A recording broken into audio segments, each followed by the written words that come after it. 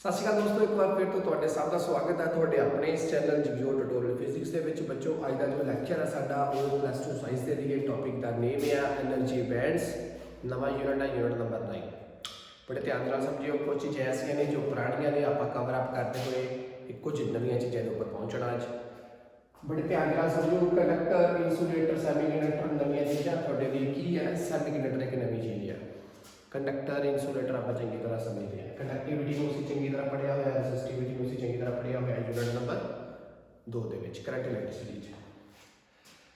देखिए पहला कि हुण है कि ਇਹਦੇ ਵਿੱਚ कुछ balance band, conduction band, forbidden energy band, energy gap ਜਿਹੜਾ ਆਪਣੇ ਕੋਲ ਹੈ, एनर्जी बैंड ਜਿਹਨੂੰ ਆਪਾਂ ਬੋਲਦੇ ਆ, ਉਹ ਵੀ ਸਾਡੇ ਕੋਲ ਕੁਝ ਚੀਜ਼ਾਂ ਨੇ ਜਿਹੜੀਆਂ ਆਪਾਂ ਸਮਝਣੀਆਂ ਨੇ। ਸੋ ਕੁੱਲ ਮਿਲਾ ਕੇ ਇੱਕ ਬਹੁਤ ਛੋਟੀ ਜਿਹੀ ਕਹਾਣੀ ਹੈ, 10-15 ਮਿੰਟ ਦੇ ਵਿੱਚ ਆਪਾਂ ਖਤਮ ਕਰ ਦੇਣੀ ਹੈ। ध्यान देना समझिए की है कंडक्टर। कंडक्टर बेटा कोई ऐसी चीज, देखो टॉपिक जो यूनिट का नाम है सैमीकंडक्टर डिवाइसेस। ओके, कंडक्टर है साडे कोल, इंसुलेटर है, बट सैमी के उपर आप ज़्यादा जोर दिता हुआ है। इस वो कितों मतलब अपने को समझ आएगा इस जगह जो आप इस जगह को समझांगे ना, फिर आ दोवें चीज़ां ही जो अपने माइंड में एक कहानी बना के चलदियाँ आ रही ने टिल +1 तक, वो दसेगी कि सैमीकंडक्टर का एकदम तो सैमीकंडक्टर कितना पैदा हो गया, एकदम सैमीकंडक्टर तो ऐसा काम की निकल के आया सामने। सो की है कंडक्टर, की है कंडक्टर एक ऐसी चीज़ जिसकी कंडक्टिविटी बहुत ज़्यादा, रेसिस्टिविटी बहुत घट है। अपने विचों दी इलैक्ट्रॉन्स को बहुत जल्दी ना फ्लो करवाऊगा, इलैक्ट्रॉन्स को रोकेगा नहीं। सो इसका मतलब कंडक्टिविटी ज़्यादा है, करंट ज़्यादा फ्लो करता ईजीली, रेसिस्टिविटी बहुत घट है, रेसिस्टेंस नहीं है। तो जो कंडक्टर जिस तो बनया हुआ है उसकी रेसिस्टिविटी घट है, सिंपल जी गल। इंसुलेटर इस तो ऑपोजिट, जिसकी कंडक्टिविटी की है बहुत घट है तो रेसिस्टिविटी बहुत ज़्यादा है। ये करंट को फ्लो करवाना सौखा नहीं है, बहुत औखा है। बट इतने बड़ा औखा है, बट ये नहीं कि पास नहीं हो सकता। हाँ, डिपेंड है कि मटीरियल कैसा है, वो असीं पढ़ना ही चाहिए, समझांगे चाहिए। थर्ड है साडे कोल सैमीकंडक्टर्स। हुण सैमीकंडक्टर्स की ने जिन्हां दी कंडक्टिविटी की है लोअर दैन कंडक्टर्स होंदे। मतलब जिथे कंडक्टर बैठा, जो कंडक्टर कंडक्टिविटी फ्लो करवाउंदा उस तो घट फ्लो करवाएगा सैमीकंडक्टर। अद्धा conductor semi conductor means half conductor है, ना तो इंसुलेटर है तो ना तो कंडक्टर है। सो कंडक्टिविटी की है लोअर दैन कंडक्टर्स, तो रेसिस्टिविटी की है लोअर दैन इंसुलेटर्स। तो रेसिस्टिविटी जो यदि हाई है इस तो घट होती है। सो इसका मतलब ये जो प्रॉपर्टीज ने सैमी कंडक्टर दियां वो लाई करदियां ने इन बिटवीन कंडक्टर या इंसुलेटर दे विच। ਤਾਂ समझ आई, जिहदियां प्रॉपर्टीज इन बिटवीन लाई करदियां और कंडक्टर ते इंसुलेटर दे विच, जो कि ना तो वो है ना तो वो है। कुछ ऐसे आप काम करिए जिहदे नाल सैमी कंडक्टर बन सकता है, ठीक है ना। कुछ ऐसा हो कि कोई बच्चा अगर पढ़ने में थोड़ा वीक है, हाँ ये नहीं कि वो पढ़ नहीं सकता, पढ़ सकता है मतलब कि थोड़ी जो ऊपर एक्स्ट्रा एफर्ट्स करने पैते हैं। सो वो एक तरह का बच्चा इतनी बहुत सैमी कंडक्टर है जो कि थोड़ा पढ़ लिख सकता है, बट वो अगर एफर्ट्स किए जाए तो वो कंडक्टर बन सकता है। हूँ देखना वो एफर्ट कितना करते हैं। सो वो वास्ते साढ़े को बेटा किहड़ियां चीज़ां ने वेरियस एनर्जी बैंड्स ने जो आप समझनी है। सब तो पहले नंबर पर है बैलेंस बैंड। बैलेंस बैंड तुसीं समझदे हो, आउटर शैल बैलेंस शैल हो गया, वो जिहड़े इलैक्ट्रॉन्स होंदे हैं। हुण अगर तो कंडक्टर की गल करा वो की होएगा, इंसुलेटर होएगा तो सैमीकंडक्टर होएगा, उस की होएगा वो आप समझते हैं इत्थे जाके, ठीक है। पहला ये थ्योरी समझ लीजिए, थ्योरी की कह रही है, वो कह रही है बैलेंस बैंड के की होंदा ए lower band having valence electrons. हुण इत्थे बैंड क्या है, नीचे वाला बैंड मीनस जो कि कंडक्टर तो थल्ले है। दो बैंड साडे कोल बेटा, एक है वैलेंस, एक है कंडक्शन बैंड। ਜਿਹੜੇ ਵੈਲੈਂਸ ਬੈਂਡ ਦੇ ਵਿੱਚ ਇਲੈਕਟ੍ਰॉन्स ਪਏ ਨੇ ਨਾ, ਉਹਨਾਂ ਨੂੰ ਆਪਾਂ ਜਦੋਂ ਕੰਡਕਸ਼ਨ ਬੈਂਡ ਦੇ ਵਿੱਚ ਲੈ ਜਾਈਏ, ਕੁਝ એનર્ਜੀ ਪ੍ਰੋਵਾਈਡ ਕਰਦੇ ਹੋਏ, ਕੁਝ ਟੈਂਪਰੇਚਰ ਪ੍ਰੋਵਾਈਡ ਕਰਦੇ ਹੋਏ, ਕੁਝ ਉਸ ਨੂੰ ਹੀਟ ਦਿੰਦੇ ਹੋਏ, ਤਾਂ ਕੀ ਹੋਏਗਾ, ਉਹ ਜਿਹੜੇ ਵੈਲੈਂਸ ਇਲੈਕਟ੍ਰੋਨਸ ਨੇ ਉਹ ਕੰਡਕਸ਼ਨ ਬੈਂਡ 'ਚ ਪਹੁੰਚ ਜਾਣਗੇ। ਜਦੋਂ ਉਹ ਕੰਡਕਸ਼ਨ ਬੈਂਡ ਦੇ ਵਿੱਚ ਪਹੁੰਚ ਗਏ ਤੇ ਉੱਥੇ ਜਦੋਂ ਆਪਾਂ ਇਲੈਕਟ੍ਰਿਸਿਟੀ ਪ੍ਰੋਵਾਈਡ ਕਰਾਂਗੇ ਤਾਂ ਉਹ ਕਰੰਟ ਫਲੋ ਕਰਨਾ ਸ਼ੁਰੂ ਹੋ ਜਾਏਗਾ। ਮੁੱਕਦੀ ਗੱਲ ਕੀ ਹੈ ਕਿ ਸਾਨੂੰ ਟੈਂਪਰੇਚਰ ਪਹਿਲਾਂ ਪ੍ਰੋਵਾਈਡ ਕਰਨਾ ਪੈਂਦਾ। ਉਹਦਾ ਜਿਹੜਾ ਬੌਂਡ ਆ, ਜਿਹੜਾ ਕਿਹਦੇ ਨਾਲ ਲੱਗਾ ਹੋਇਆ ਆ, ਆਪਣੇ ਨਿਊਕਲੀਅਸ ਦੇ ਨਾਲ ਜੋ ਵੈਲੈਂਸ ਇਲੈਕਟ੍ਰੋਨਸ ਨੇ ਉਹ ਜੁੜੇ ਪਏ ਨੇ, ਉਹਨਾਂ ਨੂੰ ਤੋੜਨਾ ਪੈਣਾ ਆ। ਤੋੜ ਕੇ ਵੈਲੈਂਸ ਇਲੈਕਟ੍ਰੋਨਸ ਨੂੰ ਕਿੱਥੇ ਪਹੁੰਚਾਉਣਾ ਪੈਣਾ, ਇੱਕ ਐਸੀ ਬੈਂਡ ਵਿੱਚ ਪਹੁੰਚਾਉਣਾ ਪੈਣਾ ਜੋ ਕਿ ਕਿਹੜਾ ਹੈ, ਕੰਡਕਟਿਵਿਟੀ ਬੈਂਡ ਹੈ। ਉੱਥੇ ਅਗਰ ਪਹੁੰਚ ਗਏ ਤਾਂ ਫਿਰ ਇਲੈਕਟ੍ਰਿਸਿਟੀ ਪ੍ਰੋਵਾਈਡ ਕਰਦੇ ਆ, ਮੀਨਸ ਇਲੈਕਟ੍ਰਿਕ ਫੀਲਡ ਪ੍ਰੋਵਾਈਡ ਕਰਦੇ ਆ ਤਾਂ ਕਰੰਟ ਫਲੋ ਕਰਨਾ ਸ਼ੁਰੂ ਹੋ ਜਾਏਗਾ। ਗੱਲ ਸਮਝ ਆਈ? ਕਿਸੇ ਵੀ ਚੀਜ਼ ਨੂੰ ਅਗਰ ਆਪਾਂ ਫਲੋ ਕਰਵਾਉਣਾ ਤਾਂ ਸਾਨੂੰ ਇਲੈਕਟ੍ਰਿਕ ਫੀਲਡ ਪ੍ਰੋਵਾਈਡ ਕਰਨੀ ਪੈਣੀ ਹੈ। ਅਗਰ ਕਿਸੇ ਵੀ ਮਟੀਰੀਅਲ ਦੇ ਵਿੱਚੋਂ ਅਗਰ ਆਪਾਂ ਕਰੰਟ ਪ੍ਰੋਵਾਈਡ ਕਰਨਾ, ਆਪਾਂ ਫਲੋ ਕਰਵਾਉਣਾ ਕਰੰਟ ਨੂੰ, ਤਾਂ ਸਾਨੂੰ ਇਲੈਕਟ੍ਰਿਕ ਫੀਲਡ ਪ੍ਰੋਵਾਈਡ ਕਰਨੀ ਪੈਣੀ ਹੈ। ਇਲੈਕਟ੍ਰਿਕ ਫੀਲਡ ਸਿੱਧੀ ਪ੍ਰੋਵਾਈਡ ਕਰਦੇ ਚਲੀਏ ਤਾਂ ਇੱਦਾਂ ਨਹੀਂ ਹੋਏਗਾ। ਪਹਿਲਾਂ ਉਹਨੂੰ ਐਕਸਾਈਟਿਡ ਸਟੇਟ ਦੇ ਵਿੱਚ ਪਹੁੰਚਾਉਣਾ ਪੈਣਾ ਉਹਦੇ ਐਟਮਸ ਨੂੰ, ਜਿਸ ਮਟੀਰੀਅਲ ਤੋਂ ਉਹ ਬਣਿਆ ਪਿਆ। ਐਕਸਾਈਟਿਡ ਸਟੇਟ ਦੇ ਵਿੱਚ ਕਿੱਦਾਂ ਪਹੁੰਚਾਵਾਂਗੇ ਆਪਾਂ ਉਹਨੂੰ, ਟੈਂਪਰੇਚਰ ਪ੍ਰੋਵਾਈਡ ਕਰਦੇ ਹੋਏ। ਓਕੇ, ਇਨਸੂਲੇਟਰ ਨੂੰ ਟੈਂਪਰੇਚਰ ਪ੍ਰੋਵਾਈਡ ਕਰੋ ਤਾਂ ਉਹ ਕੀ ਹੋਊਗਾ, ਉਹਦੇ ਬੌਂਡ ਟੁੱਟਣੇ ਸ਼ੁਰੂ ਹੋ ਜਾਣਗੇ ਤੇ ਬੌਂਡ ਟੁੱਟ ਗਏ ਤਾਂ ਫਿਰ ਕੀ ਬਣ ਜਾਊਗਾ, ਉਹ ਕੰਡਕਟਰ ਬਣਨਾ ਸ਼ੁਰੂ ਹੋ ਜਾਏਗਾ। ਪੜ੍ਹਿਆ ਸੀ ਆਪਾਂ ਯੂਨਿਟ ਨੰਬਰ 2 ਦੇ ਵਿੱਚ। ਔਰ ਅਗਰ ਆਪਾਂ ਕੰਡਕਟਰ ਨੂੰ ਟੈਂਪਰੇਚਰ ਪ੍ਰੋਵਾਈਡ ਕਰਦੇ ਚਲੀਏ ਤਾਂ ਕੋਲੀਜਨਸ ਬਹੁਤ ਜ਼ਿਆਦਾ ਹੋਣ ਲੱਗ ਪੈਣੀਆਂ ਤੇ ਉਹਦੇ ਨਾਲ ਕੀ ਹੋਣ ਲੱਗ ਪੈਂਦਾ, ਕੋਲੀਜਨਸ ਹੋਣ ਦੇ ਨਾਲ ਇਲੈਕਟ੍ਰੋਨਸ ਆਪਸ ਵਿੱਚ ਕੋਲਾਈਡ ਕਰਨਾ ਸ਼ੁਰੂ ਕਰਨਗੇ ਤੇ ਕੰਡਕਟਿਵਿਟੀ ਘਟ ਜਾਂਦੀ ਹੈ। ਸੋ ਇਹ ਦੋਵੇਂ ਫੈਕਟਰਸ ਜਿਹੜੇ ਸੀ ਆਪਾਂ ਸੈਕੰਡ ਯੂਨਿਟ 'ਚ ਪੜ੍ਹੇ ਸੀ, ਉਹਨੂੰ ਆਪਾਂ ਨਾਲ ਲੈ ਕੇ ਚੱਲਣਾ ਇੱਥੇ।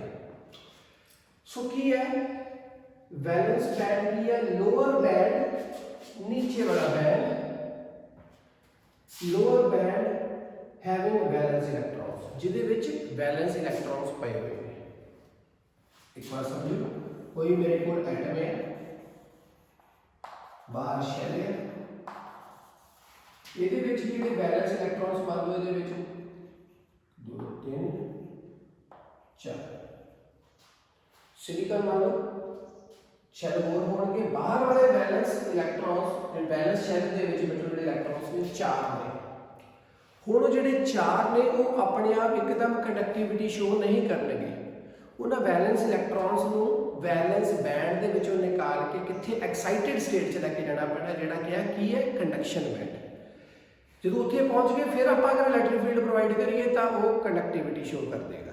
ਸੋ ਇਹਦਾ ਮਤਲਬ ਕੰਮ ਕਰਨਾ ਪਿਆ, ਸਾਨੂੰ એનર્ਜੀ ਪ੍ਰੋਵਾਈਡ ਕਰਨੀ ਪਈ। એનર્ਜੀ ਪ੍ਰੋਵਾਈਡ ਕੀਤੀ, ਫਿਰ ਕੀ ਹੋ ਗਿਆ, ਸੈਮੀਕੰਡਕਟਰ ਕੀ ਬਣ ਗਿਆ, ਕੰਡਕਟਰ। ਸਿੰਪਲ ਹੀ। ਸੋ ਕਿੱਦਾਂ ਹੈ, ਦੇਖੋ ਜਰਾ ਧਿਆਨ ਦੇ ਨਾਲ, lower band having wellness electrons. Wellness band ਹੁੰਦਾ, ਨੀਚੇ ਵਾਲਾ ਬੈਂਡ ਹੁੰਦਾ, ਐਕਸਾਈਟਿਡ ਸਟੇਟ 'ਚ ਨਹੀਂ ਹੈ, ਨੀਚੇ ਵਾਲਾ ਬੈਂਡ ਹੈ ਜਿਹਦੇ ਕੋਲ ਕੀ ਹੈ, ਵੈਲੈਂਸ ਇਲੈਕਟ੍ਰੋਨਸ ਨੇ। ਪਾਰਸ਼ੀਅਲੀ ਫਿਲਡ ਹੋ ਸਕਦੇ ਜਾਂ ਕੰਪਲੀਟਲੀ ਫਿਲਡ ਵਿਦ ਇਲੈਕਟ੍ਰੋਨਸ ਹੋਣਗੇ। ਸੋ ਕੀ ਇਹਦਾ ਨਿਚੋੜ ਕੀ ਹੈ ਕਿ ਵੈਲੈਂਸ ਬੈਂਡ ਦੇ ਵਿੱਚ ਇਲੈਕਟ੍ਰੋਨਸ ਹੁੰਦੇ ਹੈ, ਉਹ ਐਮਟੀ ਨਹੀਂ ਹੈ। ਓਕੇ, ਜੇਕਰ ਕੋਈ ਬਾਹਰਲਾ ਬੈਂਡ ਐਮਟੀ ਹੈ ਤਾਂ ਮਤਲਬ ਉਹ ਬੈਂਡ ਦੇ ਹੈ ਹੀ ਨਹੀਂ, ਉਹ ਬਾਹਰਲਾ ਸ਼ੈਲ ਹੀ ਨਹੀਂ ਹੈ। ਉਹ ਤੋਂ ਨੀਚੇ ਵਾਲੇ ਸ਼ੈਲ ਨੂੰ ਕੰਸੀਡਰ ਕਰੋ ਜਿਹਦੇ ਵਿੱਚ ਇਲੈਕਟ੍ਰੋਨਸ ਨੇ। ਜੇ ਮੈਂ ਇਸ ਤੋਂ ਬਾਅਦ ਇੱਕ ਬਾਹਰਲੇ ਪਾਸੇ ਹੋਰ ਸ਼ੈਲ ਬਣਾ ਦਵਾਂ ਤੇ ਇਸ ਸ਼ੈਲ ਦੇ ਵਿੱਚ ਕੀ ਹੈ, ਇਲੈਕਟ੍ਰੋਨ ਨਾ ਹੋਣ ਤਾਂ ਇਹ ਵਾਲਾ ਵੈਲੈਂਸ ਸ਼ੈਲ ਥੋੜੀ ਬਣੇਗਾ। ਵੈਲੈਂਸ ਸ਼ੈਲ ਕੌਣ ਸਾ ਹੋਏਗਾ, ਇਹ ਤੋਂ ਜਿਹੜਾ नीचे वाला ਜਿਹਦੇ ਵਿੱਚ ਇਲੈਕਟ੍ਰੋਨਸ ਨੇ। ਕਲੀਅਰ? ਨੈਵਰ ਐਮਟੀ, ਕਦੀ ਐਮਟੀ ਨਹੀਂ ਹੋ ਸਕਦਾ। ਇਸ ਤੋਂ ਬਾਅਦ electrons not able to gain energy from external source. ਜਿਹੜਾ ਵੈਲੈਂਸ ਬੈਂਡ ਆ, ਇਸ ਨੂੰ ਆਪਾਂ ਬਾਹਰ ਤੋਂ ਇਲੈਕਟ੍ਰਿਕ ਫੀਲਡ ਪ੍ਰੋਵਾਈਡ ਨਹੀਂ ਕਰਦੇ। ਬਾਹਰ ਤੋਂ ਇਲੈਕਟ੍ਰਿਕ ਫੀਲਡ ਪ੍ਰੋਵਾਈਡ ਹੁੰਦੀ ਕਿਸ ਨੂੰ, ਕੰਡਕਸ਼ਨ ਬੈਂਡ। ਇਹ ਦੋਨੋਂ ਚੀਜ਼ਾਂ ਬੱਚੋ ਸੋਚਣ ਵਾਲੀਆਂ ਆ। ਚੀਜ਼ ਕੋਈ ਵੀ ਨਹੀਂ, ਵੈਸੇ ਬੈਂਡ ਕੁਝ ਵੀ ਨਹੀਂ ਹੁੰਦੇ, ਬਟ ਇਹ ਆਪਾਂ ਸਮਝਾਏਗੇ ਕਿ ਜਦੋਂ ਕੰਡਕਟਿਵਿਟੀ ਹੋਣੀ ਹੈ ਉਸ ਵੇਲੇ ਉਹ ਇਲੈਕਟ੍ਰੋਨਸ ਐਕਸਾਈਟਿਡ ਹੋਣੇ ਚਾਹੀਦੇ ਆ, ਉਹਨਾਂ ਨੂੰ ਟੈਂਪਰੇਚਰ ਮਿਲਿਆ ਹੋਣਾ ਚਾਹੀਦਾ। ਉਹ ਆਪਣੇ ਇਸ ਵੈਲੈਂਸ ਸ਼ੈਲ ਵਾਲੇ ਵੈਲੈਂਸ ਬੈਂਡ ਤੋਂ ਐਕਸਾਈਟਿਡ ਹੋ ਕੇ ਕਿੱਥੇ ਪਹੁੰਚ ਜਾਣ, ਤੋਂ ਬਾਹਰ ਨਿਕਲ ਜਾਣ। ਬਾਹਰ ਨਿਕਲਣ ਦਾ ਮਤਲਬ ਕੀ ਹੈ, ਕੰਡਕਟਿਵਿਟੀ ਵਾਲੇ ਮਟੀਰੀਅਲ ਦੇ ਵਿੱਚ ਪਹੁੰਚ ਜਾਣ, ਕੰਡਕਟਿਵਿਟੀ ਵਾਲੀ ਫੇਜ਼ ਦੇ ਵਿੱਚ, ਕੰਡਕਟਿਵਿਟੀ ਵਾਲੀ ਸਟੇਟ 'ਚ ਪਹੁੰਚ ਜਾਣ, ਤੋਂ ਕੰਡਕਸ਼ਨ ਬੈਂਡ ਦੇ ਵਿੱਚ ਪਹੁੰਚ ਜਾਣ।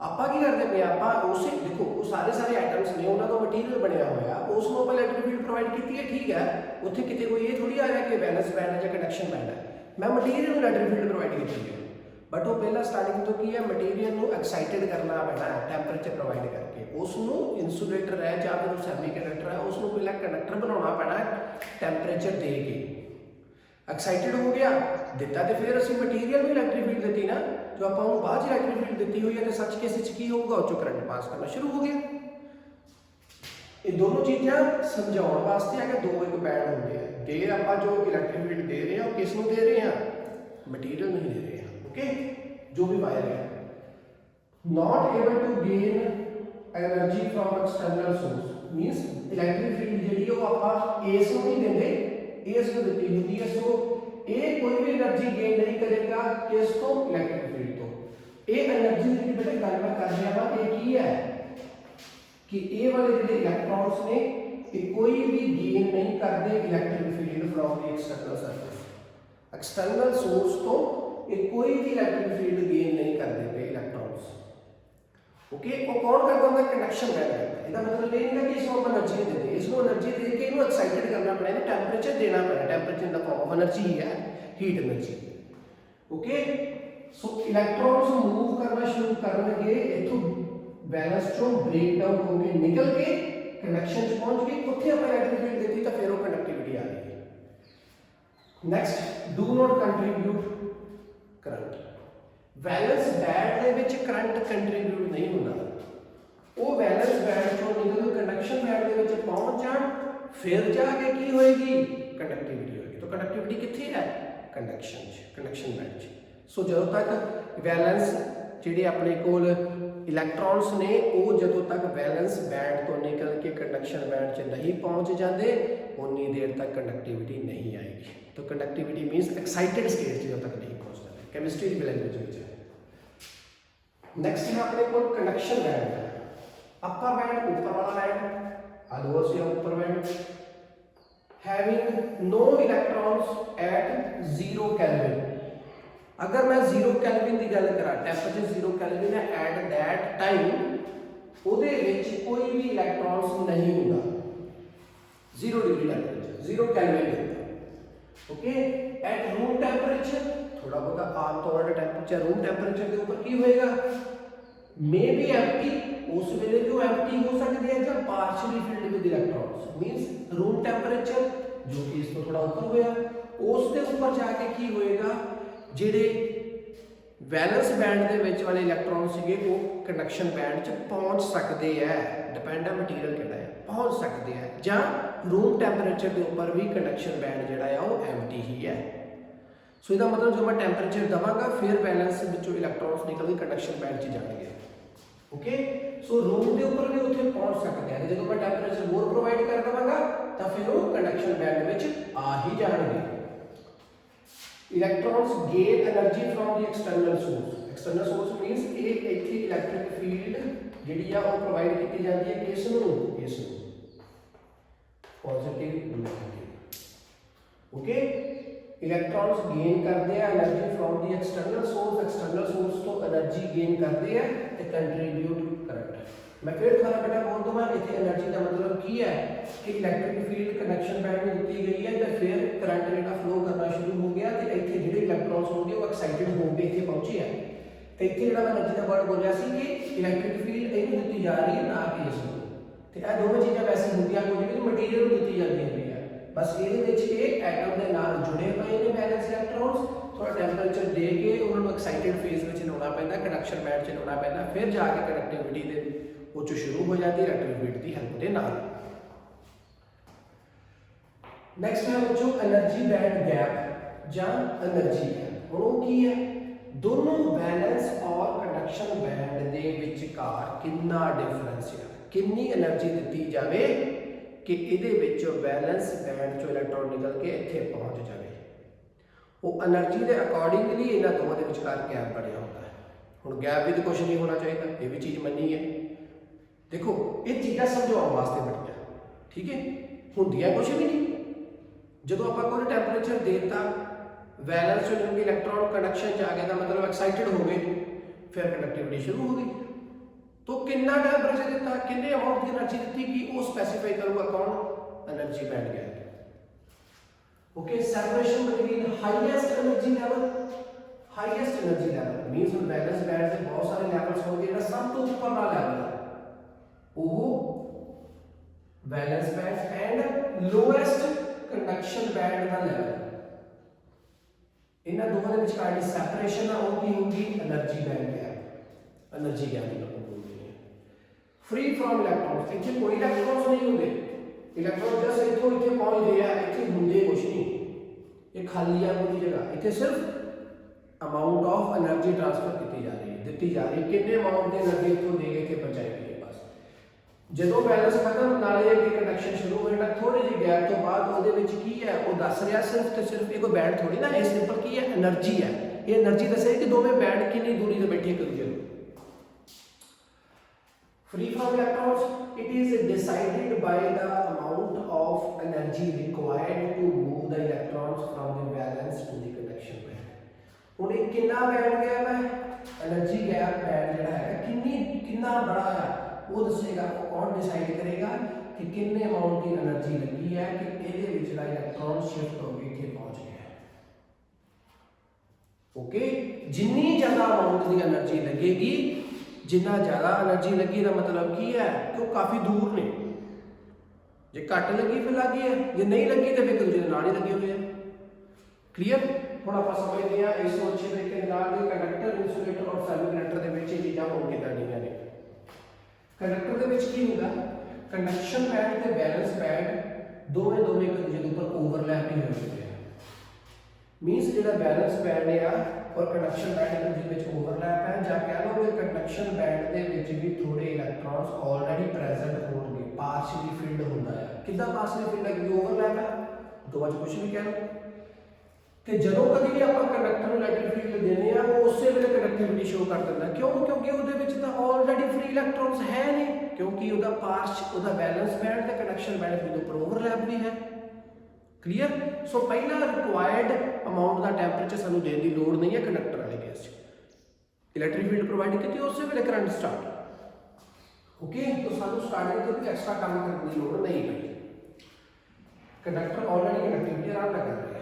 सेकंड है देखो बच्चों इंसुलेटर। इंसुलेटर के केस दे विच की है, वैलेंस बैंड और कंडक्शन बैंड दोनों दे विचकार बच्चों एनर्जी बैंड गैप जिहड़ा हैगा बहुत ज्यादा 3 इलेक्ट्रॉन वोल्ट तो भी ज्यादा है। 3 इलेक्ट्रॉन वोल्ट तो ज्यादा होना मतलब बहुत ज्यादा, तो जो बहुत ज्यादा है तो इतना बहुत ज्यादा मात्रा का बनया बच्चों बहुत ज्यादा है। सो ऐसे केस दे विच की है ज्यादा डिफरेंस होने करके की होएगा कि इलेक्ट्रॉन्स इत्थों इत्थे नहीं पहुंच पाते।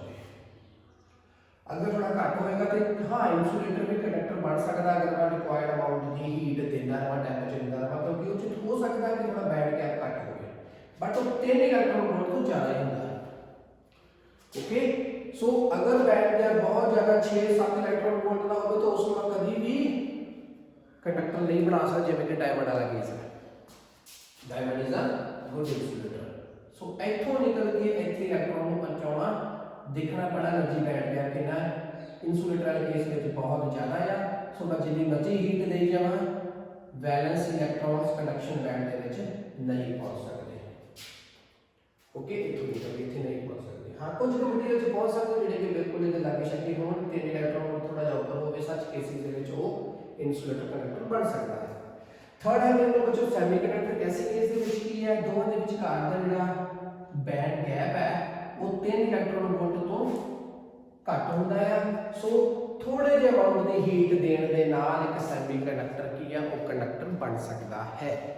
सो देयरफॉर सेमीकंडक्टर ही बन सकता है, हीट दो टेंपरेचर दो तो बन जाएगा पर्टिकुलर कंडीशंस के नाल। सो देयरफॉर कभी भी सेमीकंडक्टर के विच होंदी अगर आप करंट फ्लो कराउणा, जिवें अपने घरां विच बच्चों LED लगियां होईयां ने, वो एलईडीज की ने वो सेमीकंडक्टर डिवाइसेस तो बनिया हुई, डायोड्स तो बनिया हुई, आप डायोड्स अगे पढ़ने जाएंगे। और वो की है हम थोड़ा रिक्वायर्ड अमाउंट ऑफ टेंपरेचर पहले देना पैना, नाल ही ओवर करना शुरू कर दो, कंडक्टर बन जाता तो उहदे विचकार करंट जिहड़ा है वो पास होना शुरू हो जाता है। ओके, सो ये आप चंगी तरह इस चैप्टर के विच पढ़ना है कि सेमीकंडक्टर कंडक्टर बन सकते हैं, इन्हां दी हैल्प लो, इन्हां दी सपोर्ट लो, आराम दे नाल सारे काम होणगे। सो ये सी बच्चों अज का लैक्चर जिहदे विच आपां सेमीकंडक्टर नूं पढ़िया, ਹੋਰ ਇਹਨੂੰ ਵਿਸਥਾਰ ਵਿੱਚ ਆਪਾਂ ਅੱਗੇ ਜਾ ਕੇ ਪੜ੍ਹਨਾ ਇੰਟ੍ਰਿੰਸਿਕ ਜਾਂ ਐਕਸਟ੍ਰਿੰਸਿਕ ਸੈਮੀਕੰਡਕਟਰ ਕੀ ਹੁੰਦੇ ਆ, ਇੰਟ੍ਰਿੰਸਿਕ ਪਿਓਰਿਟੀ ਫਾਰਮ ਦੇ ਵਿੱਚ, ਐਕਸਟ੍ਰਿੰਸਿਕ ਜਿਹਦੇ ਵਿੱਚ ਡੋਪਿੰਗ ਕੀਤੀ ਹੋਈ ਆ। ਅਗਲੇ ਲੈਕਚਰ 'ਚ ਪੜਾਂਗੇ ਆਪਾਂ। ਅੱਜ ਦੇ ਲਈ ਬਸ ਇੰਨਾ ਹੀ। ਖੁਸ਼ ਰਹੋ, ਖੁਸ਼ਹਾਲ ਰਹੋ, ਪੜ੍ਹਦੇ ਰਹੋ, ਲਾਈਫ ਨੂੰ ਕੀ ਕਰਨਾ ਇੰਜੋਏ। ਮਾਰ ਲਓ ਬੱਚੋ ਸਕਰੀਨਸ਼ਾਟ ਜਲਦੀ ਨਾਲ ਇਸਦਾ।